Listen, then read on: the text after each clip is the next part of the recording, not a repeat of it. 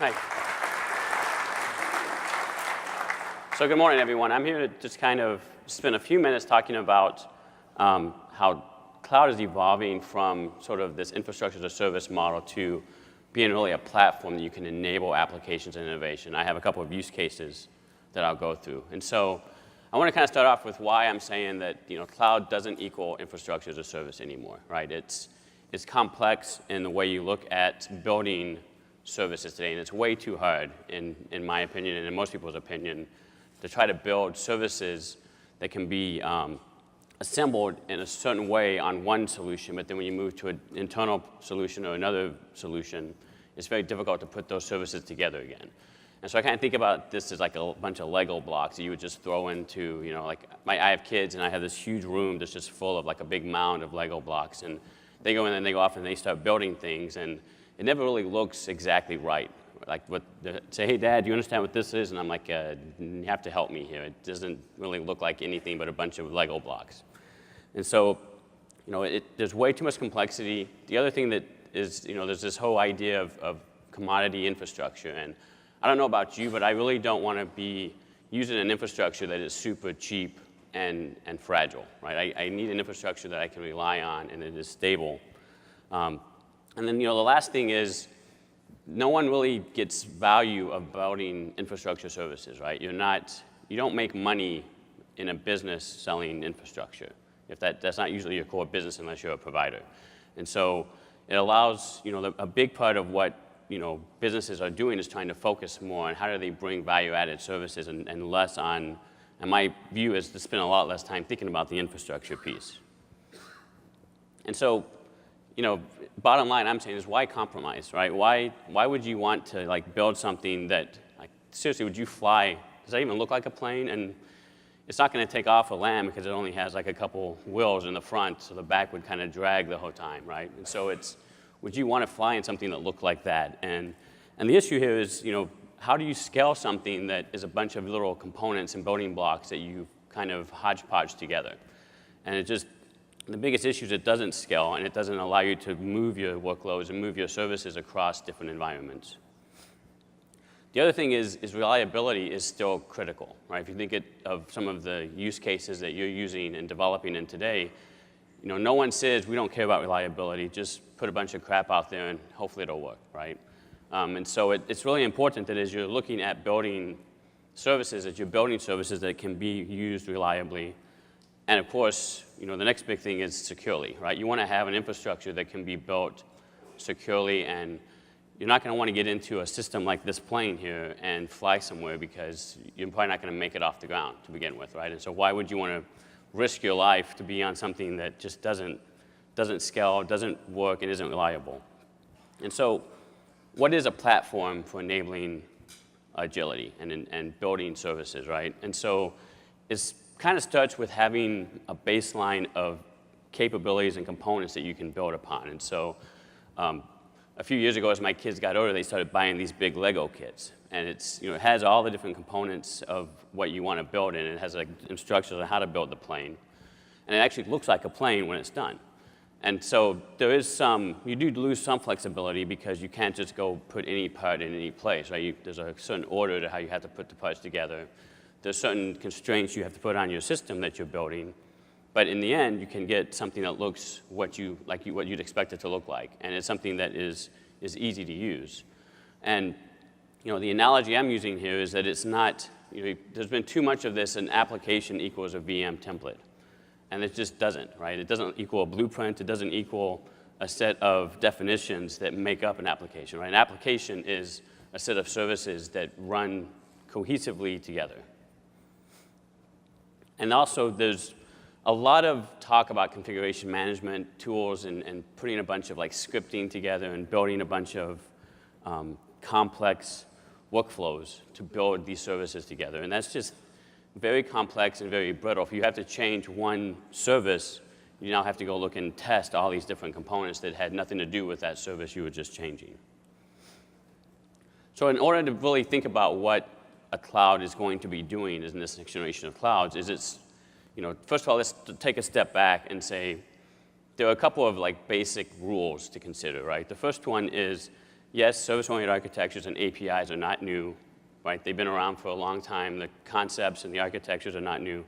But there's an art to really putting them together in a loosely coupled distributed system in a way that allows you to scale and flexibly move those workloads around. The other thing is it's really about the data at the end of the day, right? The data is what everyone is trying to produce, what everyone is trying to analyze. It's about how you virtualize that data, and it's about how you can move that data from one environment to the other environment. And so as you're building out applications, as you guys already know, it's a very complex architecture that's multi-tiered of structured and unstructured data, but it has to scale across a large array of different types of use cases. And so in order to really build this enablement, you sort of need data centers and cloud providers to function together as a platform offering that enables deployable services in a composable way and in a loosely coupled way, but also in a distributed way. And so you're looking for sort of a whole set of services and capabilities across multiple environments, internal data centers, co-location type of facilities, and telcos and cloud providers. You want sort of this platform that is fungible and flexible across all of these different environments. The other thing that is important is open source, right? You want to be building your applications in open source because that's where, frankly, innovation happens the quickest. That's where you have a community to support you.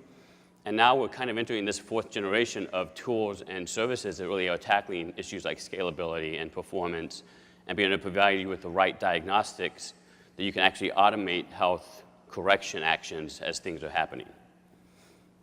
And then I'm so tired of hearing about DevOps and shadow IT. It's not like a shadow movement, right? This is just the way the world is today and going forward, right? Everyone is going to be developing, integrating, and deploying in a continuous integration manner from this point on. There's no reason to kind of hide and say DevOps is like this super secret movement, right? This is just the way developers work, as you guys already know. And so to get into a couple of use cases at Cisco, first I want to kind of help you understand some of the guiding principles that our developers are using at Cisco today. And so the first one is pretty easy, right? We're doing everything on an open platform and open standards, and we're contributing everything we write back to the community.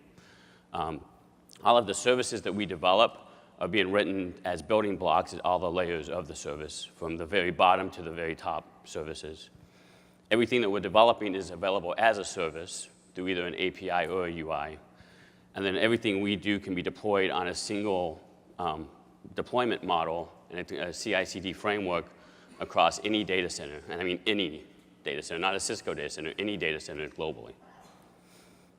And so the first business is a collaboration business. And the collaboration business is doing all of their development on OpenStack and Cloud Foundry today, and we're working on OpenShift right now. And so all of our collaboration development is being done for the last 6 to 9 months has been on an open source platform. The model that they're running down is all of their applications are independent, or they can be integrated together seamlessly, so it's loosely coupled, and they're all containerized. The reason that we selected Cloud Foundry is pretty obvious, right? But we're able to abstract that deployment model to be both independent and integrated, so it's very loosely coupled. We have great health checking capabilities, so we're doing a lot of application routing and connecting into some of our network components and capabilities underneath the covers, and looking at the monitoring of what's happening at the application layer and making decisions and enforcing changes in policy across the network. There's also a great partner ecosystem, as you've seen over the last couple of days here. And so we're taking advantage of a lot of the partners and working very closely with a lot of partners. And then there's a lot of flexibility, right? The biggest thing we love about Cloud Foundry is the ability to just test something, give it a try, throw it out there, look at how it performs, look at some of the tooling and some of the monitoring that comes back. And if it fails, we pivot to another solution very quickly. And then with Bosch, right, one of the issues we've found with Bosch is that it doesn't work across all providers the same, so that's something we're trying to help and contribute to. And it's, to us, Cloud Foundry is just kind of another app framework. And so we're trying to build our apps in a way that look at the platform layer as just another framework for applications. The other example, and this will get a little bit more technical, so I apologize if it's too technical. But in our application-centric infrastructure, we're building a lot of application policies and group policies that are taking some of the open source components in the environments and also existing network infrastructure components and other non-Cisco network components. And we're bringing all of that into a single application framework and writing group policies against that framework. And this runs on our OpenStack cloud today. And then what we're doing with that, there's a couple of examples here. One is looking at verifying the domain in real time. And so if you think about just a general network, single network domain, if you have a rules engine, which we've written in Cloud Foundry, and you're looking at 2 different network elements, and you create a domain policy for how, what ACL rules you want to allow for this traffic to come into your network, what we're able to do is sort of create a policy around that interface. So if somebody inserts a rule in a local network element, so somebody either through an API or through a login command changes a rule, and that violates the policy, we're able to basically do consistency checking in our framework and say, okay, that rule needs to be changed back. And we look at the precedents now, so that rule has a different policy than what we've allowed for. And so we can say, with this rules engine that we've developed, we're looking at how do we self-repair this. We don't want to alert somebody that, hey, this rule just changed and that's a bad thing. We want to try to self-correct that. And so we've been using some existing DevOps tools and some of the tools for a policy engine that are from the Web 3.0 community. And we've demonstrated this. If you look on YouTube, there's a couple of videos that demonstrate this exact use case. And then if you take that kind of to the next step, and you look at multiple network elements and rules across multiple network elements and trying to reconcile those rules in real time, there's a group policy that we want to go off and kind of validate and detect where there's misconfigurations across your network. And so you're able to sort of create that rule, automatically go off and correct any errors that are found in that environment, and then